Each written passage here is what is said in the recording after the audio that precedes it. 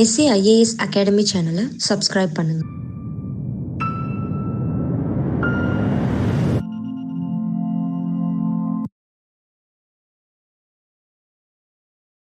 வணக்கம். SAIAS அகாடமிக்காக வெங்கடேஷ்குமார். இன்னைக்கு August மந்தோடைய 28th டே உடைய கரண்ட் அஃபேர் பார்க்க போகிறோம். இந்த கரண்ட் அஃபேரில் வந்து பார்த்துட்டிங்கன்னா இன்றைக்கி 2-3 இன்சிடென்ட் ஹிஸ்டாரிக்கல் இன்சிடென்ட்ஸ் இருக்குது. ஸோ வரக்கூடிய எக்ஸாமில் ஹிஸ்ட்ரி சம்மந்தப்பட்ட கொஷினாக இந்த பர்டிகுலர் இன்சிடென்ட் வரதுக்கான வாய்ப்புகள் மிகவும் அதிகம். ஸோ ஹிஸ்ட்ரி சிலபஸில் இன்றைக்கி இருக்கக்கூடிய டாபிக் என்ன பண்ணுறீங்க அப்படின்னு பார்த்தீங்கன்னா பார்த்துக்கங்க. எந்த புக்கில் இருக்குது அப்படிங்கிறத முதற்கொண்டு நான் சொல்கிறேன். அந்த புக்கில் இந்த டாபிக்ஸை பற்றின ப்ரீஃப்னஸை படிச்சுக்கணும்.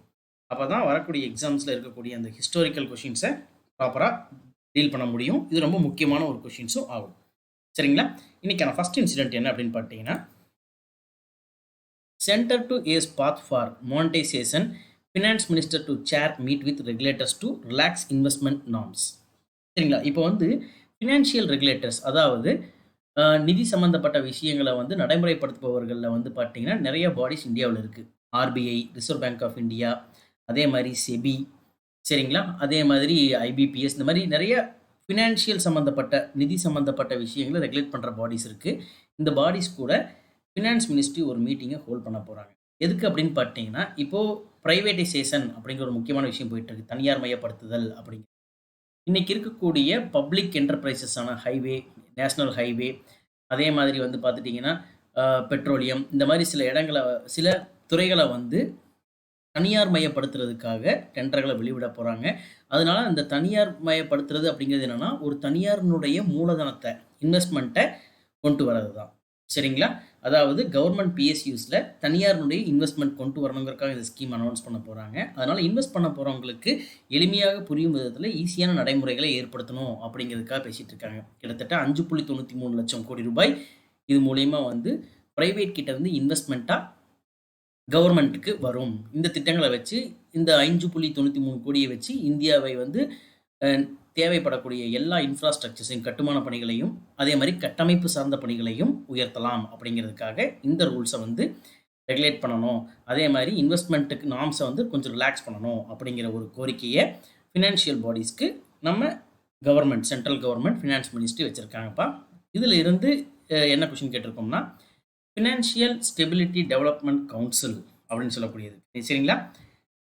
Financial stability development council, a financial stability management body chaired by financial stability development council அப்படிங்கிற பாடியை யார் தலைமை தாங்குகிறார் அப்படின்னு கொஸ்டின் கேட்டிருக்கோம்.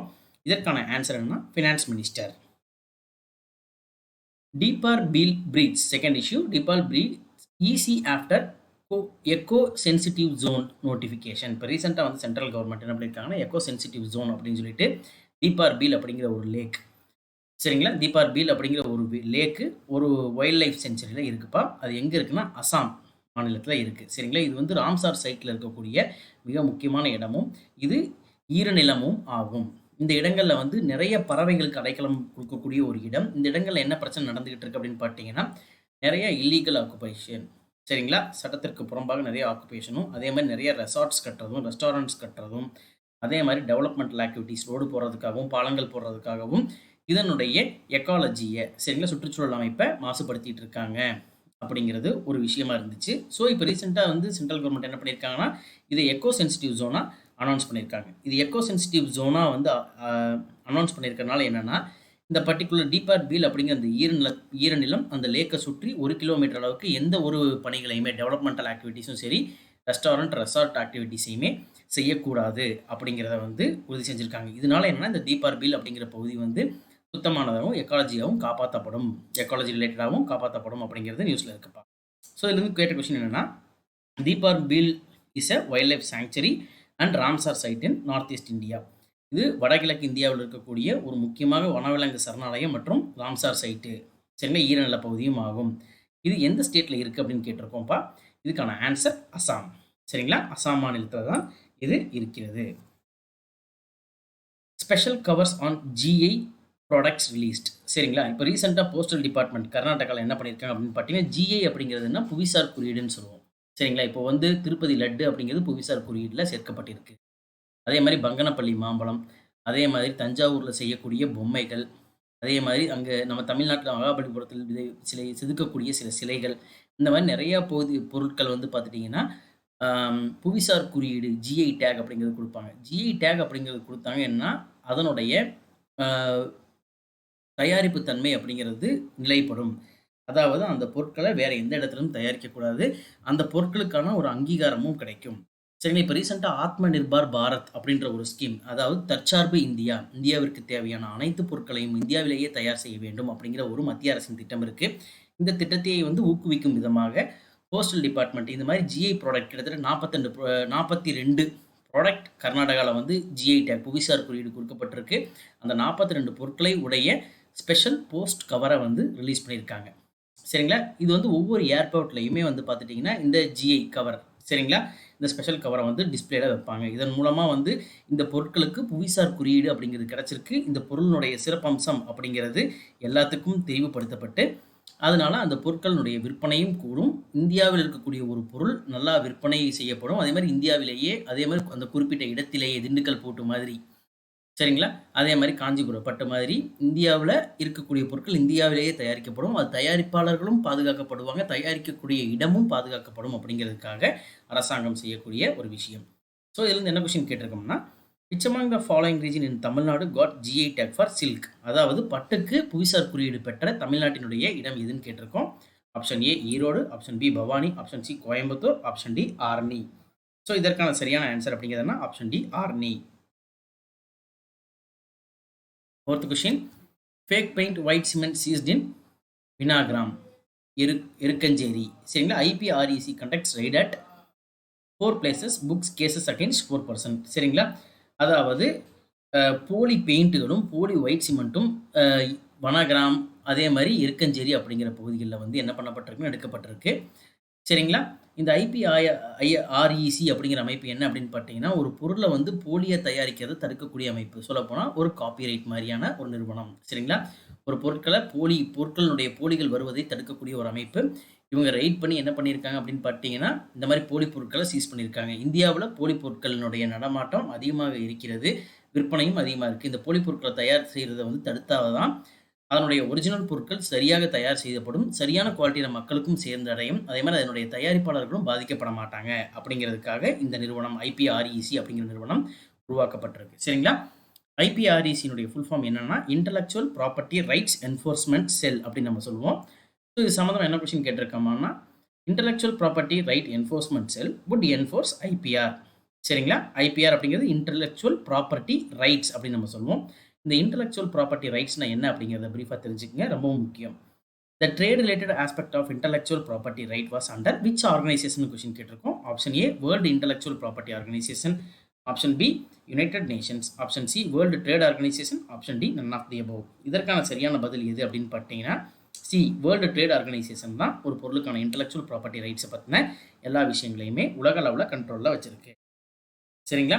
ஸோ ஆல்ரெடி உங்களுக்கு நான் சொன்ன மாதிரி ஒரு இன்டர்நேஷ்னல் ஆர்கனைசேஷன் நியூஸில் இருக்குது அப்படின்னா, அந்த இன்டர்நேஷ்னல் ஆர்கனைசேஷன் எப்போ தொடங்கப்பட்டுச்சு, அதனுடைய வேலை என்ன, அதனுடைய ஹெட் குவார்ட்டர் என்ன அப்படிங்கிறத தெரிஞ்சு வச்சுக்கணும். ஸோ அந்த 3 பகுதியில் இருந்துமே கொஷின்ஸ் வர்றதுக்கான வாய்ப்பு மிகவும் அதிகம். 5th question, more power to PWD soon, public work டிபார்ட்மெண்ட்னு சொல்லுவோம். More power to PWD soon to check M sand department engineers can inspect and act against units. சரிங்களா. ஸோ இப்போ ரீசெண்டாக வந்து பார்த்தீங்கன்னா, இப்போ PWD டிபார்ட்மெண்ட் என்ன பண்ணியிருக்காங்க அப்படின்னு பார்த்தீங்கன்னா, இந்த எம்சாண்ட் அதாவது மெட்டல் சாண்ட், அதாவது இந்த குவாரிகளில் வந்து கல்களை உடைக்கிறப்போ பெறக்கூடிய ஒரு மணல் தான் எம்சாண்ட்னு சொல்லியிருக்காங்க. இந்த எம்சாண்ட் தயாரிக்கக்கூடிய இந்த பர்டிகுலர் குவாரிகளுக்கு அதிகமான பவர் சப்ளை கொடுக்கறதா சொல்லியிருக்காங்க. அதே மாதிரி அதிகமான பவர் சப்ளை எடுக்கவும் பட்டிருக்கு. ஸோ இது சரியாக அந்த மின்சாரம் போய் சேருதா, அந்த சேர்ந்த மின்சாரம் குறிப்பாக அந்த மெட்டல் சாண்ட் தயாரிக்கிறதுக்காக பயன்படுத்தப்படுதா, அவங்களுக்கு ஒதுக்கப்பட்ட அளவில் அதை பயன்படுத்துகிறாங்களா அப்படிங்கிறத செக் பண்ணுறதுக்காக அந்த துறை சார்ந்த பொறியாளர்கள் அதை தொடர்ந்து இன்ஸ்பெக்ட் பண்ணணும் அப்படின்ட்டு கவர்மெண்ட் நோட்டிஃபிகேஷன் கொடுக்குறாங்க. ஸோ இதுலேருந்து கெடுத்த கொஸ்டின் என்னன்னா, இந்த terms of M sand letter M refers to what அப்படின்னு கொடுத்துருக்கோம். Option A mud, option B machined, option C manufacture, option D melted. மட்னா சேர்னு அர்த்தம், மெஷின்டுனா இயந்திரத்தால் தயாரிக்கப்படக்கூடியது, ஆப்ஷன் சி மேனுஃபேக்சர்னா உற்பத்தி செய்யப்படக்கூடியது, ஆப்ஷன் டி மெல்டட் அப்படின்னா உருக்குவதினால் தயாரிக்கப்படக்கூடியது. இந்த எம்ங்கிறது எதை டினோட் பண்ணுன்னு கொஸ்டின் கேட்டிருக்கோம். இதுக்கான சரியான ஆன்சர் மேனுஃபேக்சர்டு. மேனுஃபேக்சருங்கிறது தான் இதுக்கான சரியான ஆன்சர். 6வது முக்கியமான issue, resort owners resume illegal trekking near Edakkal caves. Edakkal caves எங்கே இருக்குது அப்படின்னு பார்த்தீங்கன்னா கேரளாவில் இருக்குது. இந்த எடக்கல் கேவ்ஸ் எதுக்கு பிரசித்தி பெற்றது அப்படின்னு பார்த்தீங்கன்னா, புதிய கற்காலம் சம்மந்தப்பட்ட நிறைய குகை ஓவியங்கள் இந்த குறிப்பிட்ட பகுதிகளில் அதிகமாக காணப்படுது. ஸோ எடக்கல் கேவ்ஸ் இந்த கேரளாவில் சில பகுதிகள்லாம் வந்து பார்த்துட்டிங்கன்னா ட்ரக்கிங் அப்படின்ற அந்த வனவிலங்குகள் மற்றும் வனத்துக்குள்ளே செல்லக்கூடிய சில விஷயங்களை வந்து கவர்மெண்ட் பேன் பண்ணி வச்சுருக்காங்க. இதை மீறி அந்த பகுதிகளில் இருக்கக்கூடிய ரெசார்ட்ஸ் என்ன பண்ணுறாங்க அப்படின்னு பார்த்தீங்கன்னா, இந்த எடக்கல் கேவ் மற்றும் அந்த எடக்கல் கேவை சுற்றி இருக்கக்கூடிய இடங்களுக்கு ட்ரெக்கிங்கை வந்து ஆர்கனைஸ் பண்ணிட்டு இருக்காங்க. இது இல்லீகல், இதை கவுண்டர் செக் பண்ணணும் அப்படிங்கிறது தான் நியூஸில் போயிட்டு இருக்குப்பா. ஸோ இதனால் கொஸ்டின் என்ன கேட்டிருக்கோம்னா, எடக்கல் கேவ்ஸ் வந்து ஒரு புதிய கற்கால பகுதி, புதிய கற்காலத்தை சார்ந்த ஆதாரங்களை உடைய பகுதி. இது எந்த ஸ்டேட்டில் இருக்குன்னு கேட்டிருக்கோம். Option A Maharashtra, option B Karnataka, option C Madhya Pradesh, option D Kerala. இதற்கான சரியான answer Kerala. 7th question, fill to the 9 appoints pre in Supreme Court is welcome and augurs well for diversity and representation. சரிங்களா? இப்போ இந்தியாவில் இருக்கக்கூடிய பல விதமான ஹைகோர்ட்டில், சரிங்களா, இந்தியாவில் மொத்தம் 25 ஹைகோர்ட்ஸ் இருக்குது. இந்த 25 ஹைகோர்ட்ஸ் வந்து முக்கியமான நீதிபதிகள் சிலரை வந்து என்ன பண்ணியிருக்காங்கன்னா, சுப்ரீம் கோர்ட்டினுடைய நீதிபதிகளாகவும் சுப்ரீம் கோர்ட்டினுடைய நீதித்துறை சார்ந்த பணியிலையும் என்ன பண்ணியிருக்காங்க, இப்போ அப்பாயிண்ட் பண்ணியிருக்காங்க. ஸோ சுப்ரீம் கோர்ட்டுக்கு மொத்தம் எத்தனை ஜட்ஜஸ் இருக்காங்கன்னு பார்த்துக்குங்க. கண்டிப்பாக அது கொஸ்டினில் வர்றதுக்கான வாய்ப்பு இருக்குது. ஸோ சுப்ரீம் கோர்ட்டில் ஒரு ஜட்ஜை அப்பாயிண்ட் பண்ணணும்னா என்ன தகுதிகள் தேவை அப்படிங்கிறதையும் பார்த்துக்கணும். சரிங்களா? இது 11th பொலிட்டிக்கல் சயின்ஸ் புக்லேயே இருக்குப்பா. இது ரொம்ப முக்கியமான ஒரு கொஸ்டின். இதுலேருந்து என்ன question கேட்டிருக்கோம்னா, which among the following statement is correct about appointment of Supreme Court judge? ஒரு சுப்ரீம் கோர்ட் ஜட்ஜை அப்பாயிண்ட் பண்ணுறப்போ என்னென்ன முறைகளை கரெக்டாக ஃபாலோ பண்ணணும் அப்படின்னு கேட்டிருக்கோம். Option A, only high court chief justice can become supreme court judge. ஒரு ஹைகோர்ட்டில் வந்து சீஃப் ஜஸ்டிஸை தலைமை நீதிபதியாக பணியாற்றியவர் தான் சுப்ரீம் கோர்ட்டினுடைய ஜட்ஜாக வர முடியும்னு கொடுத்துருக்கோம். செகண்ட் என்னன்னா, only high court judge can become supreme court judge. ஒரு ஹைகோர்ட்டினுடைய நீதிபதியாக இருக்கவர் மட்டுமே வந்து என்ன பண்ண முடியும், சுப்ரீம் கோர்ட்டினுடைய ஜட்ஜாக வர முடியும்னு கொடுத்துருக்கோம். Option C, the eminent jury person who is not a judge or a lawyer can also be appointed a judge. சரிங்களா? ஒரு நீதி சார்ந்த நீதி அறிவுகளை உடைய ஒருவரும் என்ன பண்ணலாம், சுப்ரீம் கோர்ட்டுடைய ஜட்ஜை அப்பாயிண்ட் பண்ண முடியும் அப்படின்னு கொஸ்டின் சொல்லியிருக்கோம்ப்பா. ஸோ இதுக்கான சரியான ஆன்சர் சி தான். ஹைகோர்ட்ல இருந்து மட்டுமே சுப்ரீம் கோர்ட்டுடைய ஜட்ஜுகள் தேர்ந்தெடுக்கப்படணும் அப்படிங்கிற ஒரு ரூல் கிடையாதுப்பா. ஒரு எமினன்ட் ஜூரிஸ்ட், அதாவது லாயரா இல்லைனாலும் ஜட்ஜா இல்லைனாலும் அவர்களுக்கு நீதி சார்ந்த அறிவு இருக்குமானால், நீதி சார்ந்த துறைகளில் அவங்க பணியாற்றின எக்ஸ்பீரியன்ஸ் இருந்தாலே அவங்கள அப்பாயிண்ட் பண்ண முடியும். Option D, only the supreme court advocate can become supreme court ஜட்ஜ்னு கொடுத்துருக்காங்க. சுப்ரீம் கோர்ட்டில் இருக்கக்கூடிய அட்வொகேட் மட்டும்தான் சுப்ரீம் கோர்ட் ஜட்ஜாக வர முடியும் அப்படிங்கிறதும் தவறு. ஏபிடி அப்படிங்கிறது தவறு. சி மட்டுமே இதற்கு சரியான ஆன்சர். 8th, ஜாலியன் வாலாபாக் மெமோரியல் ரெனோவேட்டட். இப்போ ரீசெண்டாக வந்து பார்த்தீங்கன்னா ஜாலியன் வாலாபாக் சம்மந்தப்பட்ட அருங்காட்சியகம் பஞ்சாபில் வந்து எங்கே இருக்குது அப்படின்னு பார்த்தீங்கன்னா, ஜாலியன் வாலாபாக் அம்ரிஸ்டருக்கு பக்கத்தில் இருக்கக்கூடிய ஒரு இடத்துல இருக்குது. கிட்டத்தட்ட வந்து பார்த்தீங்கன்னா 1919 வருஷம் மார்ச் மாதத்தில் வந்து பார்த்துட்டிங்கன்னா என்னென்னா ஜாலியன் வாலாபாக் படுகொலை சம்பவமானது நடந்தது. சரிங்களா? அது சம்பவம் வந்து பார்த்துட்டிங்கன்னா இந்தியாவினுடைய சுதந்திர போராட்டத்தில் மிகவும் ஒரு முக்கிய பங்கு உடையது அப்படிங்கிறது குறிப்பிடப்பட்டக்கது. ஸோ இதை பெருமைப்படுத்துகிற விதமாக, அதே மாதிரி அந்த ஜாலியன் வாலாபாக் படுகொலை சம்பவத்தில் இறந்தவர்களை வந்து பெருமைப்படுத்துறதுக்கும் அந்த சுதந்திர போராட்டத்தில் நம்ம நினைவு கொள்றதுக்கும் ஒரு அருங்காட்சியகம் கட்டப்பட்டது. அந்த அருங்காட்சியகம் ரீசெண்ட் டேஸில் வந்து என்ன பண்ணியிருக்காங்கன்னா புதுப்பிச்சிருக்காங்க. புதுப்பிச்ச இந்த அருங்காட்சியகத்தை நேற்று, சரிங்களா, நம்ம அது பிரைம் மினிஸ்டர், சரிங்களா, நம்ம பிரதம மந்திரி என்ன பண்ணியிருக்காருன்னா வீடியோ கான்ஃபரன்சிங் வழியாக ஓப்பன் பண்ணியிருக்காரு. அது மட்டும் இல்லாமல் இந்த ஜாலியன் வாலாபாக் அப்படிங்கிறது இந்தியாவினுடைய சுதந்திர போராட்டத்தில் ஒரு மிக முக்கியமான மைல்கல்லாக கருதப்படுகிறது அப்படின்னு சொல்லியிருக்காங்கப்பா. இது 8th ஹிஸ்ட்ரி புக்லையும் 12th ஹிஸ்ட்ரி புக்லையும் இதை பற்றின ப்ரீஃப் எக்ஸ்பிளனேஷன் இருக்குது.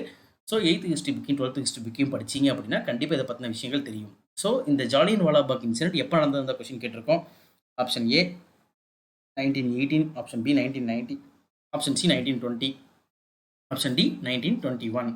இதற்கான சரியான ஆன்சர் 8th கொஸ்டின் பி 1919. இன்னைக்கான 9th incident, Lok Sabha speaker underlines key role of Ladakh. இப்போ ரீசெண்டாக வந்து பார்த்துட்டிங்கன்னா கிட்டத்தட்ட 300 எம்பிக்களுக்கும் மேலே லடாக் பகுதியை, இப்போ ரீசெண்டாக லடாக்கை வந்து யூனியன் டெரிட்டரியை நம்ம அனௌன்ஸ் பண்ணியிருக்கோம். இந்த லடாக் பகுதிகளை விசிட் பண்ணிட்டு வந்திருக்காங்க. இந்த லடாக் பகுதியில் வந்து பார்த்தீங்கன்னா சைனாவுக்கும் இந்தியாவுக்கும் பார்டர் டிஸ்பியூட்ஸ் கூட இருக்குது. இந்த லடாக் தொடர்ந்து நியூஸில் வந்துட்டே இருக்கிறனால லடாக்கில் இருக்கக்கூடிய இயற்கை சம்மந்தப்பட்ட, ஜியாகிரஃபி சம்மந்தப்பட்ட சில கொஸ்டின்ஸ் கேட்கறதுக்கான வாய்ப்புகள் மிகவும் அதிகம். ஸோ ஒரு முக்கியமான ரோல் ப்ளே பண்ணுது லடாக் அப்படிங்கிற ஒரு யூனியன் பிரதேசம் இந்தியாவில் மிக முக்கியமான ஒரு ரோல் ப்ளே பண்ணுது அப்படிங்கிறது குறிப்பிடுது இந்த பர்டிகுலர் நியூஸ். சரிங்களா? இந்த நியூஸ் மூலமாக என்ன கொஸ்டின் வரும் வாய்ப்பு இருக்குன்னா, which among the following statement is incorrect about Lok Sabha speaker. Lok Sabha speaker பற்றின தவறான அறிக்கை எது அப்படின்னு கேட்டிருக்கோம். Option A, he presides over the function of house of people. சரிங்களா?